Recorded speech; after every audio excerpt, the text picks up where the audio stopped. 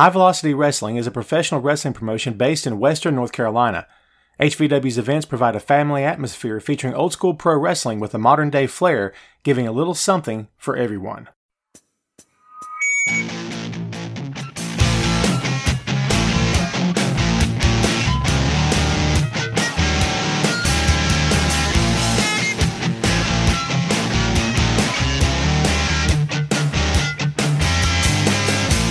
Hey, what is up? Welcome to the HVW Podcast, the official podcast for High Velocity Wrestling. I'm your host, Tom Clark, and we're here to give you the latest news and rumors surrounding the best pro wrestling promotion in the Carolinas, as well as exclusive interviews that you will only find here. Please remember to visit us online at highvelocitywrestling.com and follow us on all of our social media, including Facebook, Twitter, and Instagram. The links are available in the episode's description. This is episode number 8, and yes, we're a little late. You guys know we usually release an episode every Tuesday, but it's been an incredibly odd set of circumstances we found ourselves in over the past few weeks. Yours truly has been jam-packed busy with all kinds of stuff. You guys know what we're talking about that's happening out in the world right now. But we're going to attempt to get back on track, and we're doing so with a man who is currently undefeated in HVW. He made his debut at First Strike on February 29th, and he definitely impressed everyone from the fans to the company alike. It's the A-Game, Austin Jordan. Austin, thanks much for joining us here today, man. Thank you so much for having me, man. It's an honor to be here with you and talk about wrestling and the world and everything that's going on. Yes, sir, absolutely. Man, we talked already a little bit before we started recording here today, and just about some things going on. And, man, what a crazy time that's happening in the world around us right now. I mean, how is it, and you don't have to get too personal here, man, totally up to you, but how's it affecting you in your situation? Has this thing handcuffed you? Has it changed your way of life right now? I'm sure it's doing that to all of us at this point. Yeah, it really has.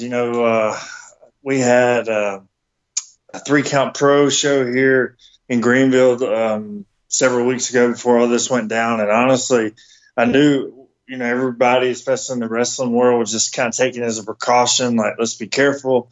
Let's keep our hands washed. And then here we are 3 or 4 weeks later, just in a complete lockdown. And I've never experienced this in my life. Pretty much all my wrestling events, everything I had on the books is pretty much just put on hold right now. But man, as much as I love wrestling, I mean, there's people dying from this. There's people sick. There's people losing their jobs. Personally, my job outside of wrestling, thankfully, I'm able to keep that, and we're rolling with that. But yeah, I miss the ring. I miss the guys in the locker room. I miss the fans. But hopefully we can just hold on and everybody just keep doing what they need to be doing, and we can get back to the wrestling world soon. Absolutely, man. And honestly, from my perspective, it's one of those deals where, like, you don't really know how much you love something until it's not there.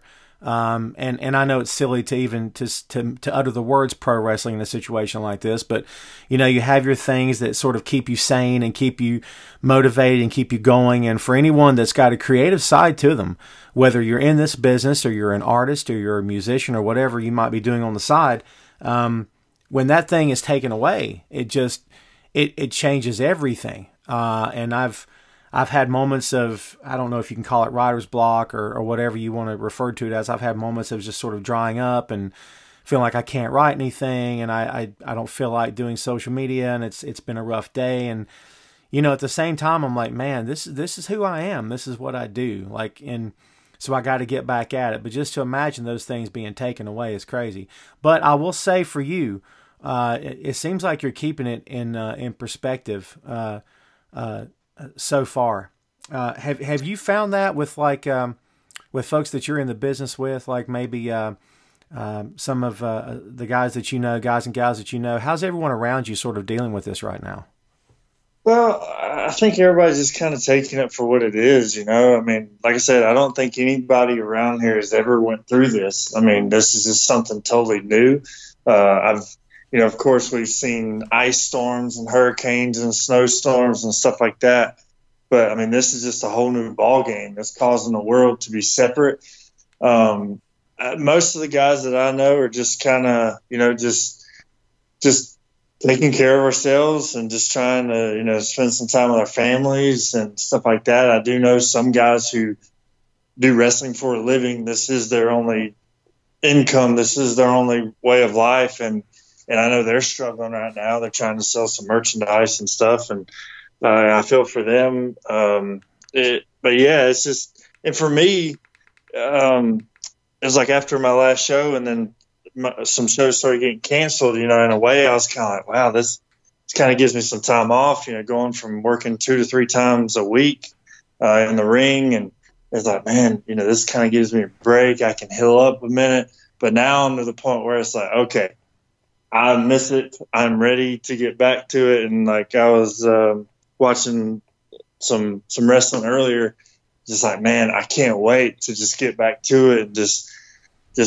feel the crowd and talk to the guys and just be in that rotation again. I can't wait. But to answer your question, I think we're all just kind of in the same boat, just hoping all of our families and friends and everybody is just staying safe and we can get back to this thing sooner than later.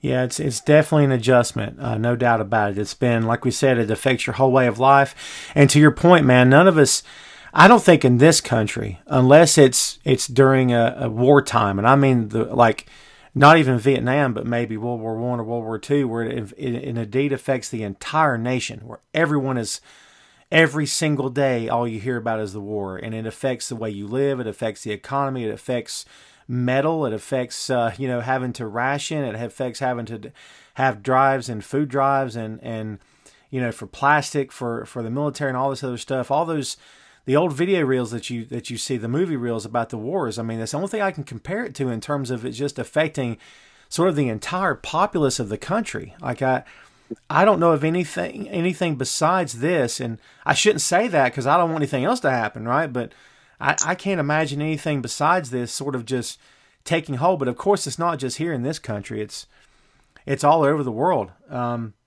like you said, and we talked about this before we went on today too, was that we understand while the major pro wrestling companies are still on TV and still trying to put out a product, at some point, I guess the question is, at what point do you start thinking, okay, we got to start being mindful of the roster. We got to start being mindful of the performers in the ring. And that's a fine line to cross, man. As you know, when you've got stockholders and you've got sponsors and you've got money and you've got network TV deals. I mean, just imagine being in their situation right now. Yes, you're still getting to work in the ring, but at the same time, you're definitely getting put in danger. And I'm not calling anybody out per se, but I've seen several companies who are doing live shows, empty arena shows. I mean, look, man, I know what it's like, to miss it and to want to keep going. You want to keep storylines going, all that stuff. I get it. But, I mean, I tell people this when they ask me what I think about the virus and everything. It's kind of like when you're little and your brother is just causing chaos and your mom comes in the room and says, hey, if you don't shut your mouth, you and your brother aren't going to the pool tomorrow. And then I look at my brother and I say, dude, just shut up. Just do what you're supposed to do. Right. And we'll get to go have fun tomorrow. That's kind of how I feel about the whole thing. It's like, and I'm not bashing anybody for having empty arena shows, but at the same time, this thing is spreading. This thing is growing. It's like, okay, well, let's do what we're supposed to do. And then hopefully sooner than later, we can get back to having fun. You know what I mean? Absolutely. Absolutely. I kind of chuckled at that because I do that now with my kid. He's 11, and this is going to make my other half sound like a monster. And I don't mean to do that, but she'll be upset about something. I'll look at him and say, dude, you just ruined it for both of us. You see what you just did? So yeah. Yeah, exactly. I totally relate to that for sure. Yeah. But yeah, like you said, man, it's a tough time. We're all closed up right now. It's tough, but it's about being safe. It's about doing the right thing and trying to stay healthy. Apart from empty arena shows that are on TV right now, what are you doing as a pro wrestling fan to kind of keep the fire stoked? Are you watching old content? Are you watching the network streaming services? Or are you getting into that stuff right now, maybe more so than you were before? Yeah, so as far as watching wrestling, I've watched wrestling ever since I was 5 years old. Mm-hmm. So I've watched this thing for a long time. And what I tell people, when you get on the road and work Friday night, Saturday night, and then do a Sunday show, by the time Monday rolls around, I kind of need to separate myself. Like, it's kind of, I'm into heavy metal, but if I go to a heavy metal concert, then the next day I'm listening to like soft, easy stuff, because it's like I need to just like chill out for a minute. So it doesn't mean that I don't like wrestling. It's just when you're around it for so long and up and down the roads, it's like, okay, I need to step back. But to answer your question, yes, I mean, I always try to just, do a lot of film study and just watch old stuff, watch guys who I can relate to, and just kind of draw things, learn things, stuff like that. I have kept up with the WWE product and AEW product some. I will say, man, just being flat out honest, the Empty Arena stuff is kind of hard to watch, and it shows you how important the fans are. Oh, yeah. Not just on a big level like that, but HVW, I mean, all the independent shows, I mean, it shows you, man, without fans, we don't really have a great product. And don't get me wrong, like I actually just watched Kenny Omega and Trent Beretta go at it on AEW. Fantastic match. And it's like, man, if they had some fans there, how much better would that be? Right. But yeah, I've been watching old stuff. Like, I've been watching old, like, Eddie Guerrero stuff, Dean Malenko stuff, watching some old, like, New Japan stuff, just a wide variety of stuff, just trying to learn, watching old promos. And because it don't matter how long you've been in the business, man, you can never learn too much, and you've never learned it all. So I'm just trying to, in this time, I'm just trying to soak it up, watch some of my matches, just trying to see where I can improve on and stuff like that. So you just made me think of something, because I've, after having been a fan my entire life, like you've been, and I've been writing about this stuff professionally online for 10 years this year, been podcasting for 7 years, working behind the scenes in HVW. I can still watch a show and be entertained, and I'm still a fan, but man, it's hard to watch sometimes, because on my side of the fence, I can't say I'm critiquing, but I'm like, oh, he missed that. Oh, no, that, you know what? He should have done this. So in my head, I'm looking at it through a different set of eyes. Are you able to watch a match? Because you talked about still learning. Can you just watch a match, or are you sitting there going, oh man, I can do that, I should try that, or man, he screwed up? Are you able to still watch and appreciate it and disconnect from it, or do you find yourself sort of meticulously picking through each and everything that happens? So I can still watch and enjoy, but perfect example of what you're talking about is I debuted on December the 4th, 2016. And I think in like February or March of 2017, me and some buddies got together, went down to Atlanta to Center Stage and watched the Ring of Honor show. And I remember about halfway through that show, I turned and looked at my friend and I said, I watch wrestling completely different now than I used to as a fan. I mean, it's amazing.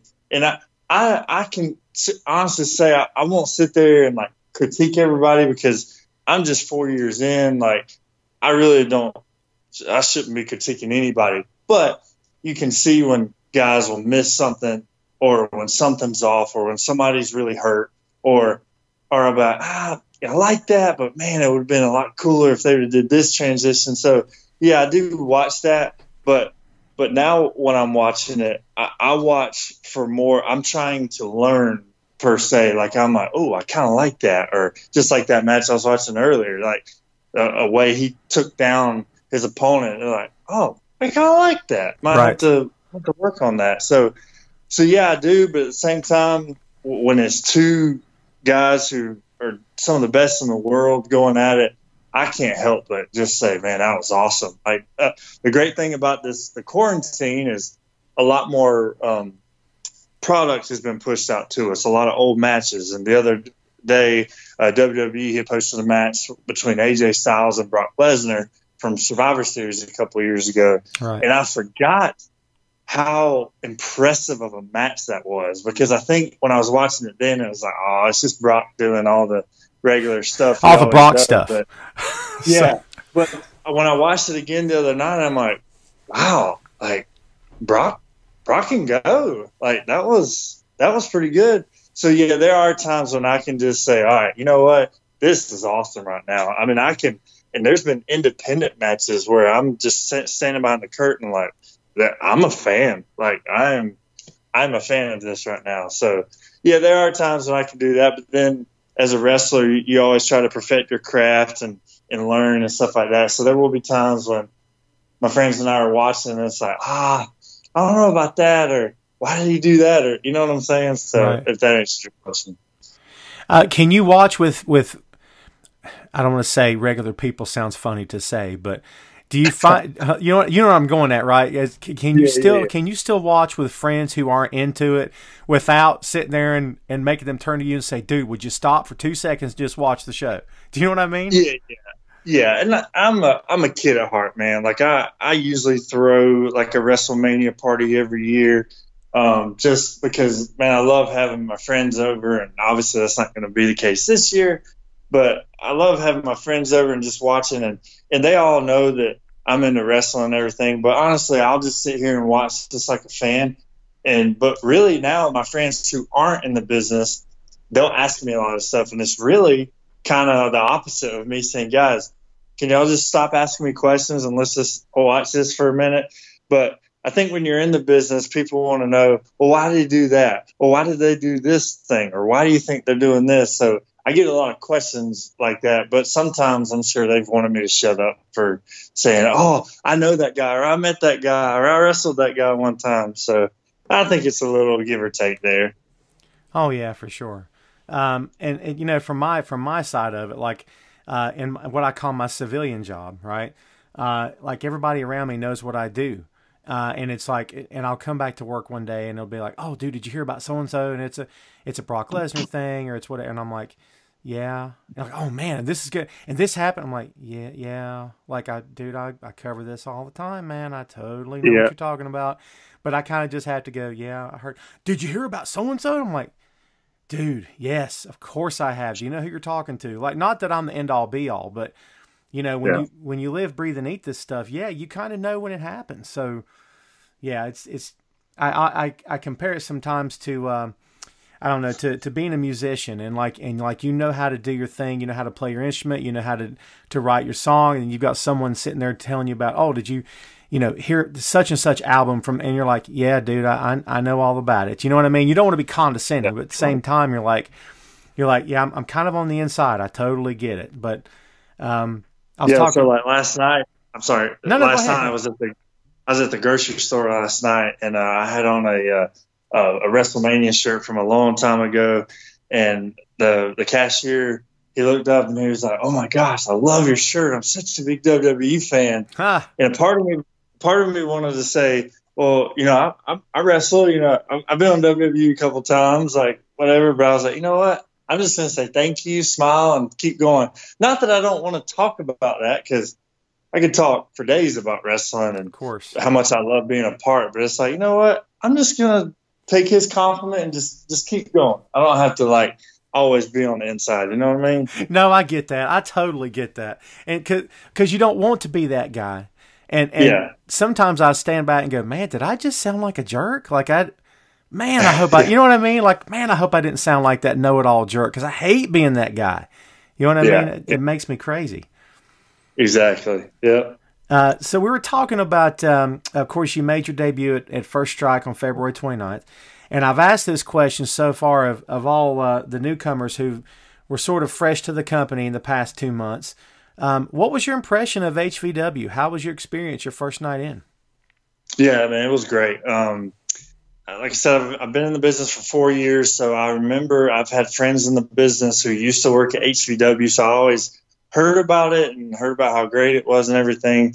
And then, I saw the Resurrected show, and I was like, wow, and that's a very impressive set and very impressive card. So when David reached out and, booked me for First Strike, I was excited. Didn't know anything about HVW, never really been a part of that or really that area. So I was pleasantly surprised. I mean, I was really happy. I had another show to get to that night, so unfortunately I didn't get to stick around and hang out with a lot of the fans. But I mean, just coming through the curtain, and I mean, they accepted me, right off the get go, and especially wrestling a jerk like Ace Armstrong.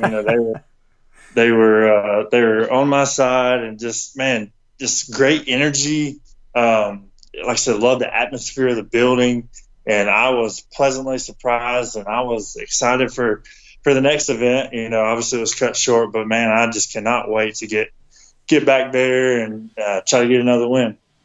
Absolutely. And the show you're referring to was March 28th. And man, we were pumped up for that. It was going to be the first edition of Overdrive, and Overdrive is the show that's going to be exclusive to the American Legion in Hendersonville, North Carolina.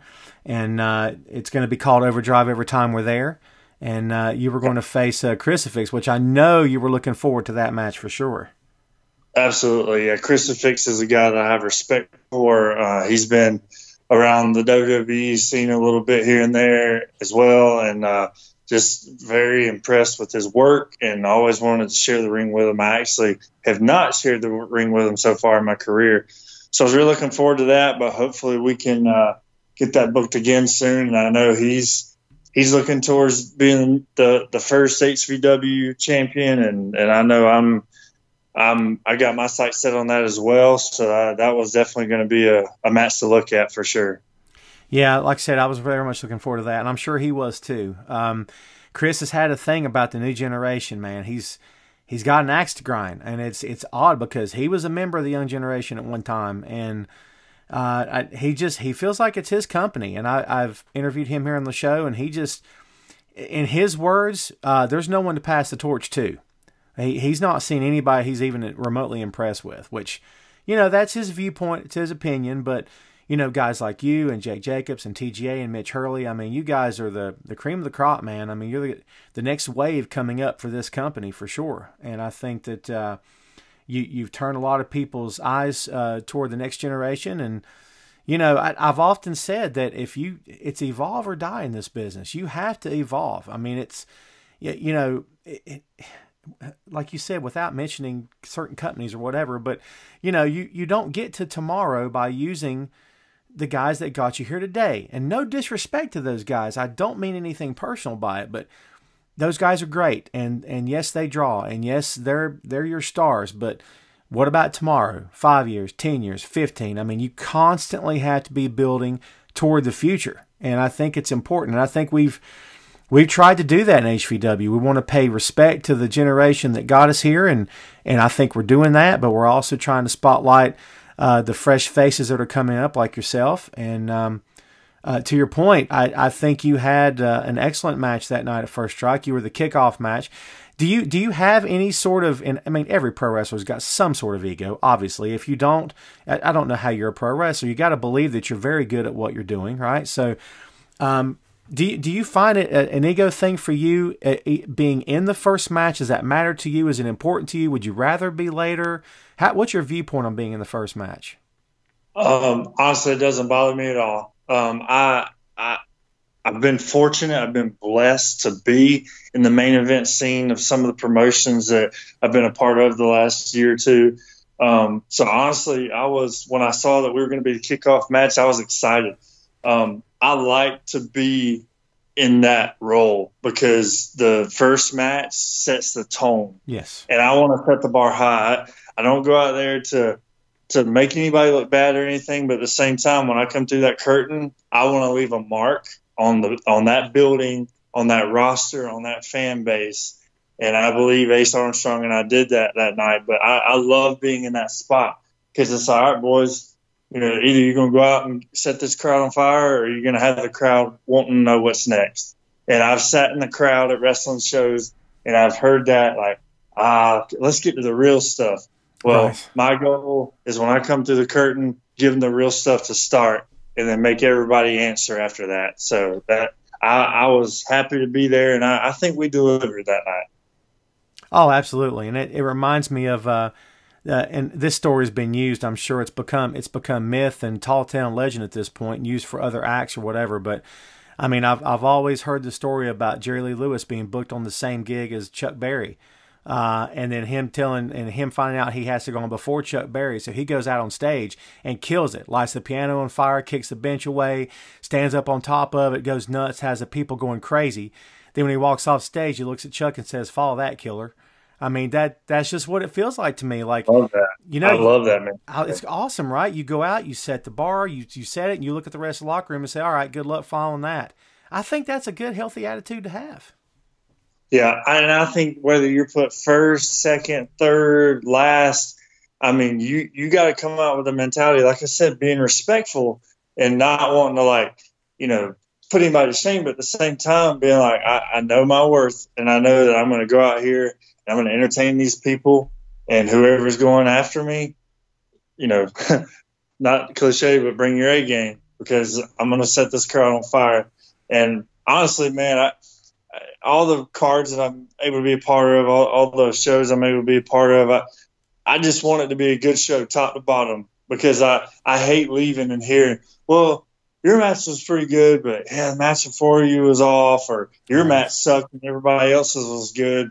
So I try to just give everything I got and just really entertain the crowd, whether I'm the first spot, whether I'm right before intermission, main event, doesn't matter.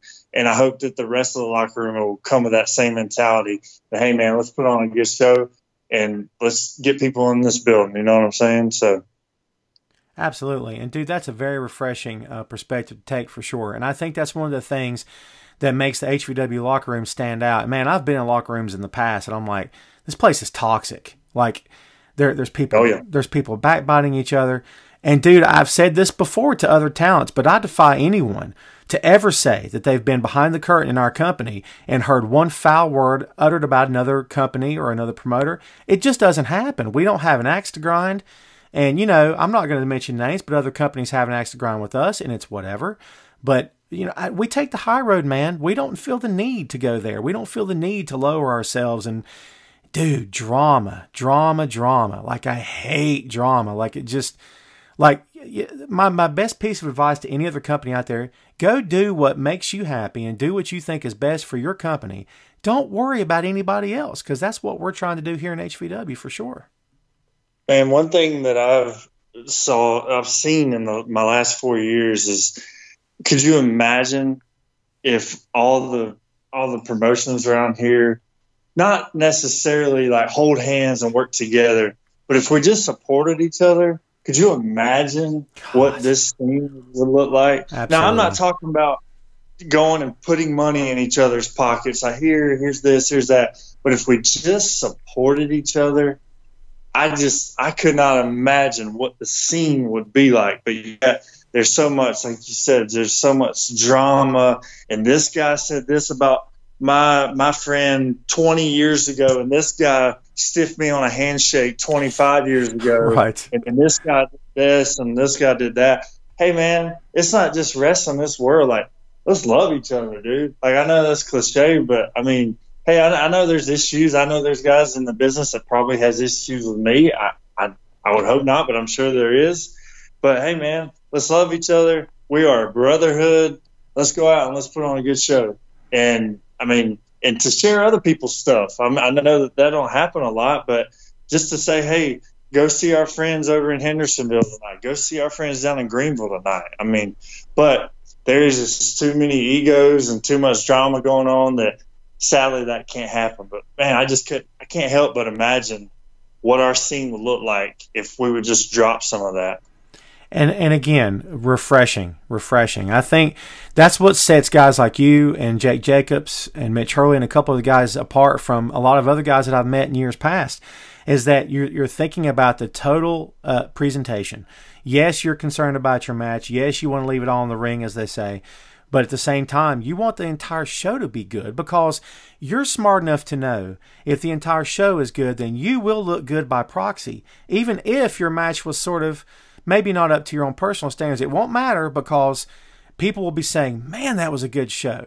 I mean, and like you said, one or two bad opinions, one or two bad perspectives, one or two lousy attitudes it can ruin the whole thing. But I think you've got your head screwed on straight, which, like I said, is a very good thing to hear.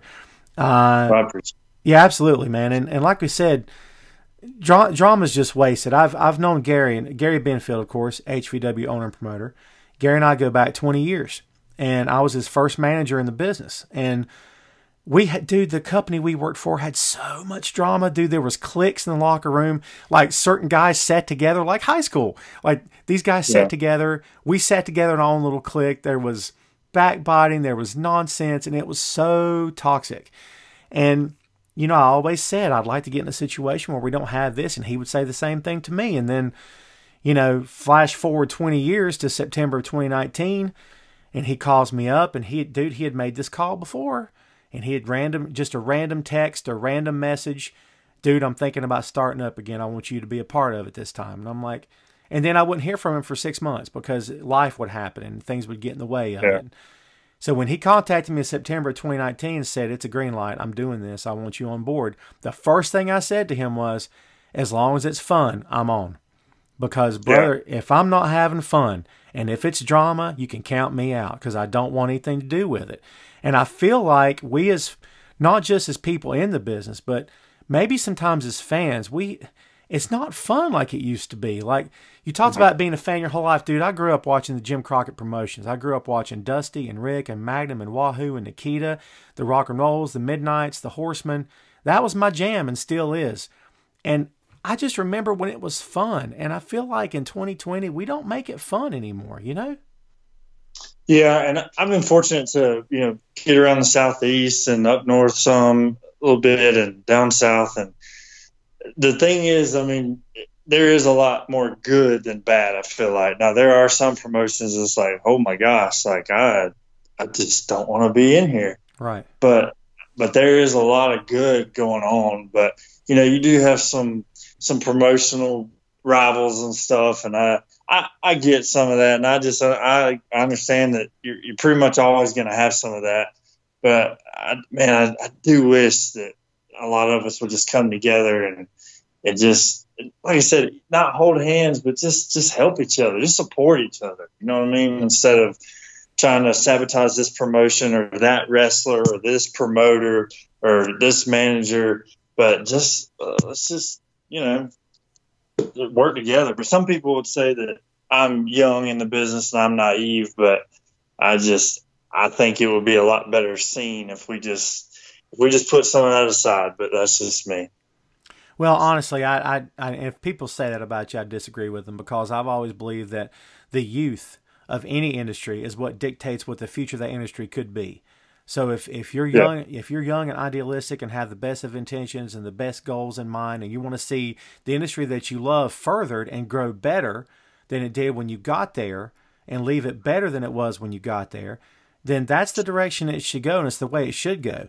And it's an interesting segue because you mentioned Ace earlier, and you can, I'll let you tell the fans what the story is behind this, but he requested you at First Strike, and man, I had never seen you guys live and in person in a match before. Dude, he hit that ramp. He's the first guy out that night. Hit that ramp. He could not have been more cocky. If he wanted to be. And I'm like, okay, this guy evidently thinks he's got this thing in the bag and took his time. Dude, he took forever to get in the ring and just, and I'm thinking, I know this guy knows what he's doing. I know he's skilled, but man, he just must not be taking Austin seriously at all. Talk to me about what did you think when you found out he personally requested to face you that night? Well, a lot of the HVW fans may not know, but in upstate South Carolina, Ace Armstrong and I feuded for pretty much all of 2019. Ace Armstrong and I's story goes back a long time. We've grew up, best friends. We've vacationed together, and he turned on me in the promotion here, and he got the title from me in a very controversial fashion, and he got the best of me in all of 2019. But at the end, we had a no holds barred street fight, and I came out on top and got the championship back from him, and that's the last anybody had seen from him. And then I got the word from Gary that Ace Armstrong had requested me. So I don't know if Ace was wanting to take me away from my home turf. I am from Greenville, South Carolina. I don't know what Ace's thoughts were there. I'm sure he wanted to get a little redemption, but yeah, he was really cocky, and it kind of surprised me a little bit because, like I said, I did get the better of him at the end of 2019. But all jokes aside, Ace Armstrong is a great competitor. He's held championships all over the Southeast, and he's definitely a tough out for sure. But I made sure I turned that attitude around real quick by the end of the night. Oh, for sure. And I knew that you had already were going to be featured on another event on February 29th. And I didn't look at that as being an ego thing on your part as much as it was being confidence and knowing that, hey, this is my job. This is what I do for a living. This is what I want to do.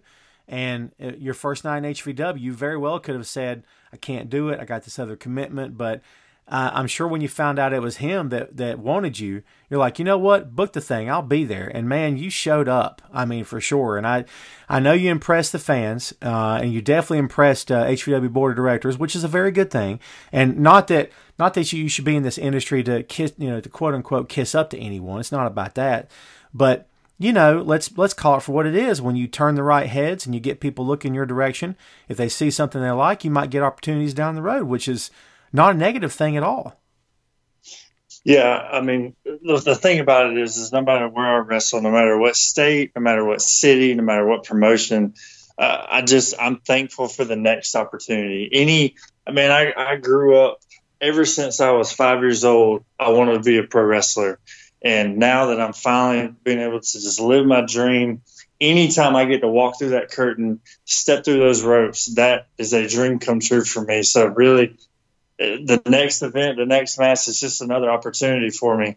And a place like HVW that's revered, all over the Southeast, North Carolina, South Carolina, it means a lot to be able for them to reach out and want me to come in. So honestly, I just give it everything I have. Even though I was booked for another event that night, there was just some scheduling conflicts there. But I just want to give it all I got. And if that doesn't impress the right people, hey, then I didn't capitalize. But I just try to give them what the A-game Austin Jordan is, and that's just a fast fury of excitement and just trying to get the win. And I'm glad that I pleased the fans and the board of directors, like you said. Oh, absolutely. And like I said, you definitely made an impression. I can tell you that for sure. So you were talking about being a fan pretty much since you were 5. I always like to ask the Mick Foley question, because anyone that knows Foley knows his story, that he went to the Garden, he saw Snuka come off the top of the cage, and he said, okay, I have to do this now. Was there a match for you in particular that you said, all right, that's it, I'm hooked, I have to do this? Was there anything in particular for you? So I've been asked that question a good bit. Honestly, there wasn't like that one moment where I was like, okay, I'm going to do this. But I think it was just over time. I look back to WrestleMania 6, Ultimate Warrior and Hulk Hogan. Was it a 5-star wrestling display?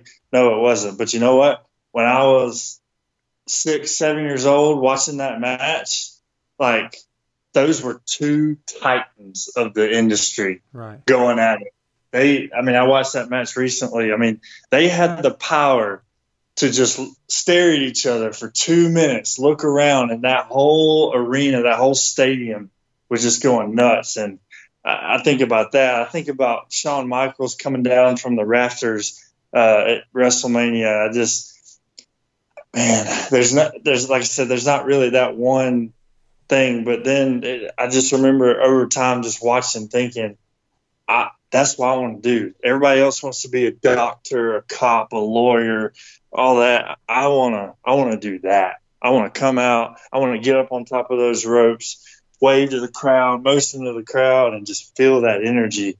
So no, there wasn't that one moment. But as I look over the span of time, there's just so many moments where I just think, yep, that's what drove me right there.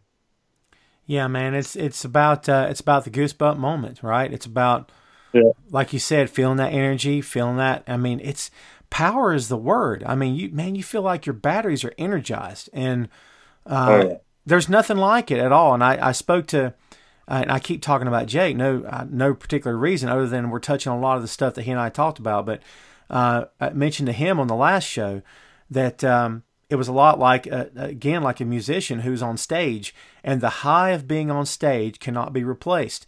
So the reason a lot of, rock stars turn to drugs is not just because drugs are fun for them, but because they want to always have that adrenaline rush, like to always have that buzz. When you come out of a match and it's time to sort of, you got that cool sweat going and you're sitting down kind of either stretching or relaxing or whatever, or nursing your wounds in some cases, I'm sure. How do you go back to I guess, quote unquote, everyday life the next day? Like, how in the world do you just go back to, you know what I'm saying? Like, how do you reconcile the two differences? You know what I mean? The two realities. It's tough. I mean, especially when, man, just thinking about some of, my bigger victories, my bigger matches, whether it was a victory or loss, some of the big title matches I've had in front of 300-400 people. Just, man, I can think on those nights, coming home on a Friday, Saturday night, whatever it be, and just, I can't sleep. I'm just too amped up. I mean, even when the match is over and I get undressed and I go out and help with teardown or whatever, I just can't stop thinking about it. And then the next day, I attend church, and I'm guilty of sometimes sitting in church and thinking about the match, the night before, about what I did right, what I did wrong. And it's like, okay, I need to pay attention on what I'm here for. So right. I'm guilty of that. So, but yeah, it is tough. And when I think about when I was fortunate to do a couple spots with WWE, I mean, it's like, I just can't sleep that night just thinking about it. It's like, man, I can't believe that. But it is tough to separate, each life. But even sitting in this quarantine, just looking back over clips of my career and stuff, and it's just, I just get tickled. I don't even know if I'm supposed to use that word. It just come to my head. But anyways, I just get tickled, like just thinking, like, man, I'm a pro wrestler. Like, right. I did.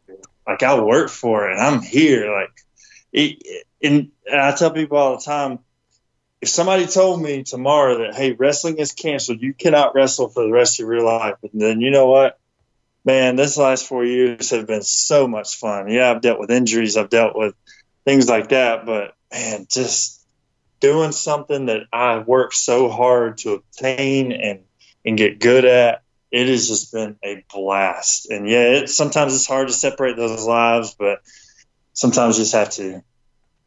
Yeah, it's an interesting dichotomy for sure of like I said, trying to reconcile the two realities, which is the best way to say it, the two realities of what you do. And it's so funny to try to not keep one from the other, but when the two mix, I think is when you see like the big, loud and boisterous personalities that we've seen over the years, guys who can't turn it off.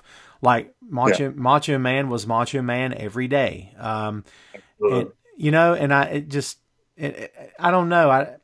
I don't know if I could get to the point where something is so consuming that I can't turn it off. And I've said this before as a compliment toward you and other guys that I've talked to in HVW so far, the fact that you are able to keep it in perspective. And it's, of course, obviously it's something that you love to do. And yes, you want it more than anything in the world. I get that. Totally get it. But at the same time, you're able to keep in perspective and keep your wits about you. I think that's a sign of maturity. For a guy that's only been doing it 4 years, I think you're already far above what some established veterans are, where they just can't seem to turn off hit the switch and turn it off.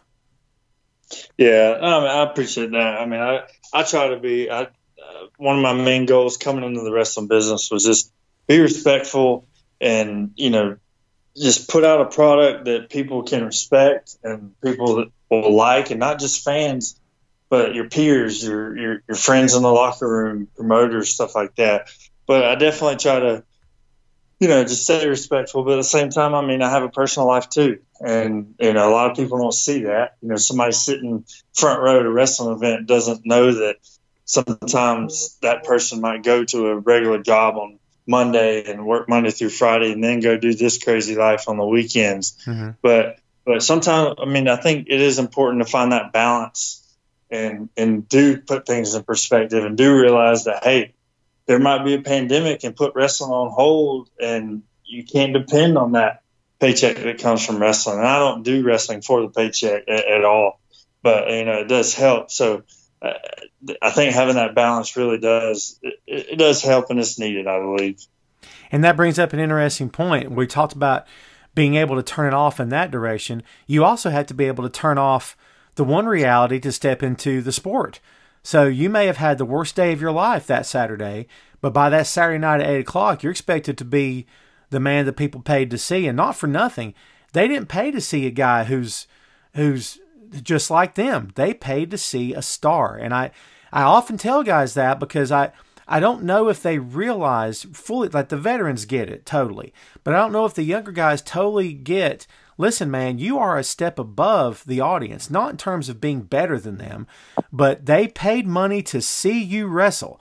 And to me, that's a huge responsibility. So you obviously have to be able to turn off the worst day ever to be able to get in the ring and give the fans what they paid for. I mean, on any given day, has that been harder for you on some days, or are you able to just, you know, like I said before, flip the switch and just become who you need to be that night? Well, I put it like this. I love a good double cheeseburger from McDonald's. I mean, that's just something that I've always enjoyed. And I like when I pull up to that drive-thru, order that double cheeseburger, and when they give it to me, take it out, and it's steaming hot, and that cheese is just melting. I'm making myself hungry just thinking about it. Yes. But that's what I paid for. I didn't pay to get a cold thing that just you take it out and, I mean, ketchup all over the wrapper, and it's just, that's not what I paid for. I paid for a hot, delicious cheeseburger, and that's the way that I look at wrestling. Like, I might have had a horrible week in my personal job or in my personal life, but you know what? There is somebody paying money to come in that door to see the A-game Austin Jordan do his thing. So I normally, honestly, don't have to remind myself of that, because anytime I get to put on my tights and my boots and walk through that curtain, I'm bringing it. I think that's one of the reasons why they call me the A-game, is because you are getting 100% every single time I come through that curtain. That's what I've prided myself on. And I think, man, if there's anybody out there who loses sight of that, just remember, there are people paying money to watch us do this. That's kind of crazy to think about sometimes, but we should never lose sight of that. Somebody's paying their hard-earned money to come watch us do what we love to do. So, man, whether I've had a crappy week or whatever, honestly, wrestling brings me joy. Now, when I'm getting thrown through ladders and chairs and getting hit by 250, 300-pound men, that's not always joyful. Right. But at the same time, man, like, it's a rush for me. But I always keep in the back of my head that, hey, man, people are paying money to come watch you. And it's just always great to come out and see Austin Jordan T-shirts and wristbands and stuff like that. And they're invested in me. They're invested in my character. So I never lose sight of that, to give them the best Austin Jordan, because they're paying money to see it. Absolutely, man. I totally agree with you too.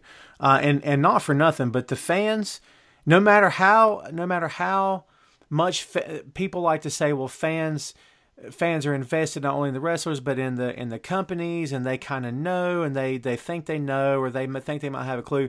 The fact is, when an audience gets riled up and they're into it, like, man, I had an old man take a swing at the back of my head one night, and I didn't even know he did it. I saw it on camera later, and I'm like, dude, he almost killed me. Like, no one stopped him. But that's how upset he was at me, because I was doing my job, and he was not happy, and I wasn't a great person in those days, and I kind of said and did a lot of wild, crazy things. But, you know, he was invested. He was ready to kill somebody, namely me.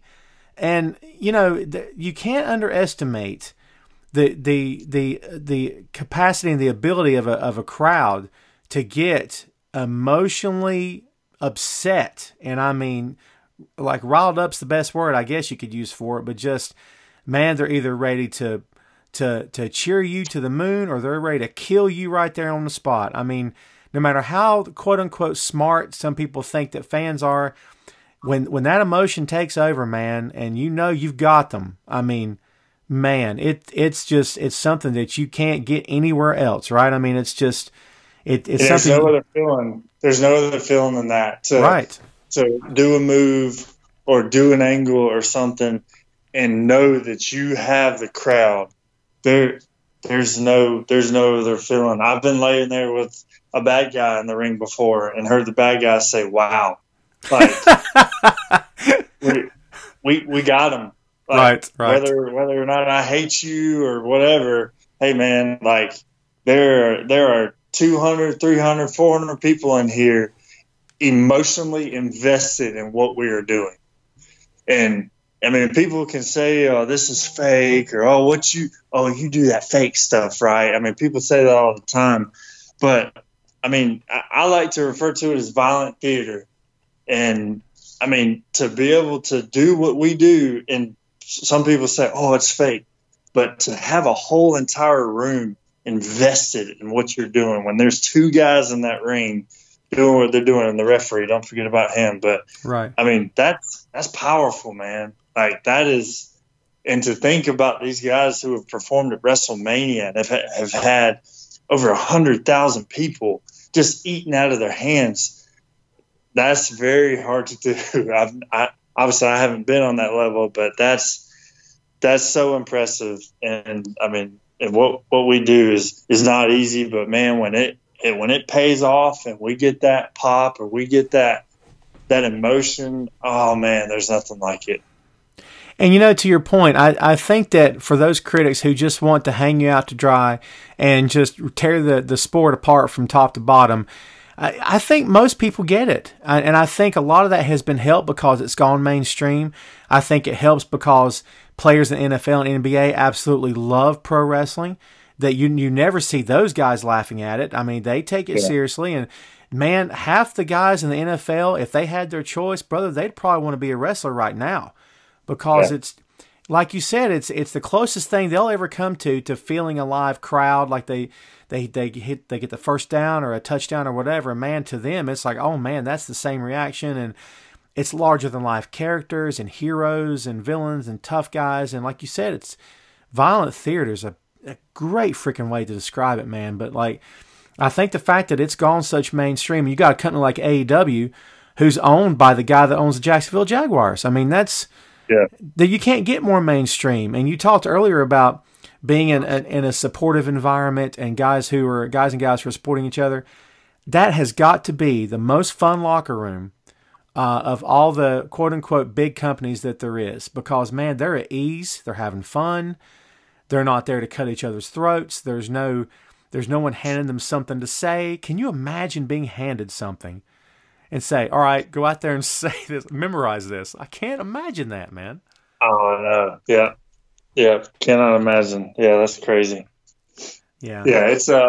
It's a great thing, man. Like you said, a lot of sports guys and I mean, owners and athletes, I mean, they love pro wrestling. And I was watching the Flair 30 for 30 the other day, and, you know, like Snoop Dogg was on there, and he said, you know, us as rappers, man, we've always looked up to Ric Flair because he's what we wanted to be. Right. The limousine riding, jet flying, you know, kiss stealing, wheeling dealing. Like, so people look up to pro wrestlers. So, and then on another point, like when people say, oh, you do the fake stuff, I just invite them to training. Hey, come train with me one day.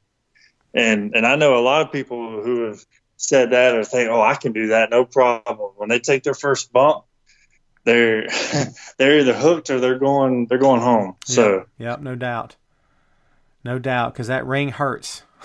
Absolutely, yeah. Absolutely, yeah. So we've kept you about an hour here. I want to hit you with a couple rapid fire, and we'll get you out of here. Okay. So what is, and this might be too big for it to be rapid fire, what's the most important thing you've learned in the sport so far? That's a good one, right? It is. But the first thing that comes to my mind is just be respectful. Right. Respect others, even though you might not be in love with everybody or what everybody does. But, man, just be respectful, because that goes such a long way. Don't bite the hand that feeds, and don't be an unlikable guy, because I think just for myself, just trying to be humble and always willing to help. I know that some people think they're too big to tear down the ring and stuff like that, but I always just try to lend a hand and stuff like that, and just always be a servant. And that's one thing that I was taught early on in my career, was always be willing to serve. You're never too big of a star. So I just try to serve, and that's how I've gotten a lot of my bookings. Some of my bigger bookings, just being a servant, just saying, hey, can I come work security for you? Can I come do this or do that? And I end up with a spot on the show. But I think just for the main part, just be respectful. Be somebody that everybody likes, and I mean, not kissing anybody's butt, but just be willing to serve, and being willing to help out the cause. And that's just putting on a good wrestling show and being a good stamp on this business. Absolutely. Well said too, by the way. Do you have a favorite match so far? And I always say the word so far, because I know for a lot of you guys, maybe you've not got there yet. You have one to this point, but maybe maybe you're still looking for the best match ever. Do you have one right now that sticks out for you?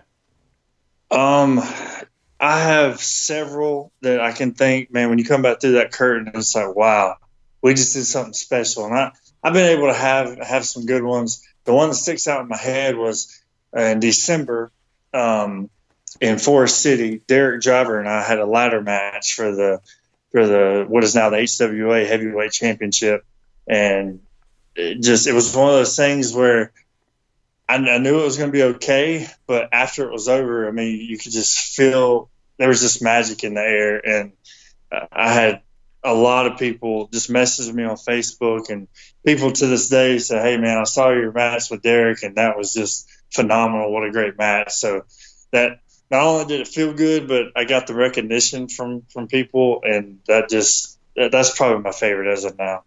That's cool. That's cool. That's good to hear. So you've seen the talent in HVW, and I know that that you mentioned Crucifix at some point here, and I can't remember if you mentioned that off the air or on the show here, because it's only been an hour and I'm already fuzzy. So, yeah.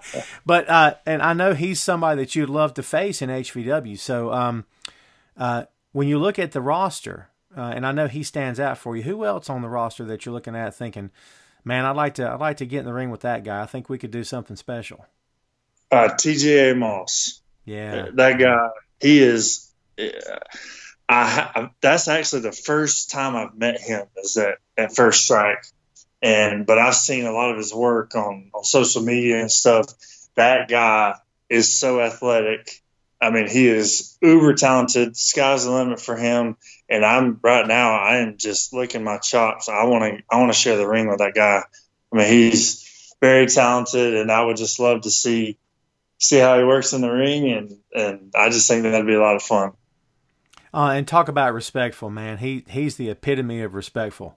Of course, he really is. Very nice guy. Absolutely, he and Sadie Lee both are. I mean, they're just really good people too. I mean, it's not, and you know, I'm sure you've met people who are as phony can be, and it's a used car salesman when you're talking to them, and you're like, God, this guy is so phony. There's nothing phony about those two at all, man. They're the real deal for sure. Very genuine, and I was honored to meet him and excited to be around him hopefully a lot this year. Absolutely, right. So as we've said before at the start of the show, man, we are prohibited from doing anything right now. I know it sucks, but every company's going through this. With for the most part, every company. There's a few left that's still doing business, but it's a different set of circumstances, I should say. We are going to get started back up this year. Right now, we are tentatively scheduled, if I can get my words out, June 27th. And I don't know if we're going to get there or not. Like I said, it's a date that we've picked. I don't know if we'll be out of the reach of this thing or if this thing will still be going on. But as of right now, it's on the books with us being as flexible as possible and changing it if we need to. but that would be the return of the HVW Championship. And I know we've already touched on it. The plans are for a single elimination tournament. The combatants in that tournament have yet to be announced, and I'm sure it's something you'd like to be a part of. And hopefully get in the ring and mix it up with some of the HVW mainstays, I'm sure. Oh yeah, for sure. I've heard about the tournament. I've actually thrown my name in the hat to Gary, let him know that I very much want to be a part of that tournament. I know I'm only one match in to HVW, but I feel like I've proven to the board of directors, to you guys, to the fans that I'm not somebody to look over. And like I said, I'm just looking for an opportunity. I'm not going to sit here and say that I would run through that tournament. Look, I mean, that locker room just at First Strike, I mean, you think about TJ Boss, you think about Six, you think about Jake Jacobs. I mean, that locker room was full of talent. And I mean, and I'm just looking for that opportunity. So I'm hoping Gary will take me up on that and put me in the tournament. I'm waiting I haven't been told anything, but I'm looking to be a mainstay at HVW. Enjoyed my debut, and I'm just looking to build on that. Well, like you said, it may only be one match, but you won that match, and that counts for a lot, for sure. It's exciting times ahead for HVW, man, and I can tell you from a personal standpoint, we're excited to have you. And, I say that often to folks, but it's, some of the guys in our locker room are more approachable than others. You know how this sport goes. You talked about Ace's attitude. Unfortunately, a lot of guys have that attitude, and some of the ladies do too. It is what it is. But for someone like you who's all about respect, and you're not necessarily about just the paycheck, you want to leave your mark and do the very best you can. I mean, it's very refreshing, and it's it doesn't necessarily mean that one approach is better over the other or whatever, but it's much easier to work with for sure from my perspective, and I know the fans appreciate it very much. So I can tell you for sure you're a bright spot in the company. We look forward to seeing what comes from you and HVW. We look forward to getting back and getting started up again, and I know you'll be a part of it. And yeah, man, I got to thank you again for doing this. This has been fun, and I feel like I said this to Jake and to Chris Fix both. I feel like we could talk for the rest of the night, but we all have our lives to get back to and that kind of thing. But man, I got to thank you for doing this. I really appreciate you taking the time. Oh yeah, thank you, man. Thank you for having me. It's an honor just to be approached to be on here. And to the HVW fans, I'm looking forward to seeing you more this year, whether I'm in the tournament or whether we don't start wrestling until October. I'm excited to get back there and try to make some waves here in HVW. Sounds great, man. Sounds awesome, man. And I'm with you. I can't wait to get started back up. And no matter what capacity it is, no matter what the time frame is, it'll be fun. It'll be awesome. Austin, thanks again for joining us, man. I appreciate it. Thank you, man. Thanks for having me. Yes, sir. Well, folks, I think that's going to do it for us here on the show. We want to thank everybody for subscribing and downloading. If you just actually click the link on Facebook or any of our social media, we, of course, say thank you. But please don't forget you can subscribe to the show on Apple Podcasts. You can also subscribe on Google Podcasts. Easy for me to say. The show uploads on YouTube as well. And, of course, all the links are on all of HVW's social media. We just want to let you folks know we are monitoring the situation in the world that's happening around us. We are keeping close tabs on it. Of course, we're going by whatever the governor suggests is best for the state. Whatever the mandates are, we're going to follow them. Right now, it's a crowd of 10 or less, and that thing could become a curfew before we know it. So we'll just keep our fingers crossed and hope for the best. And to everyone out there personally affected by this, we send our deepest condolences to those who have lost people. We want to send our well wishes and everything as much as humanly possible to everyone out there. Please stay safe and please be healthy and do everything you can to stay at home and try to love each other and protect each other, and let's get through this thing together. Folks, that's all we got for you this time. Thanks for tuning in, and we'll see you next time on the official High Velocity Wrestling Podcast.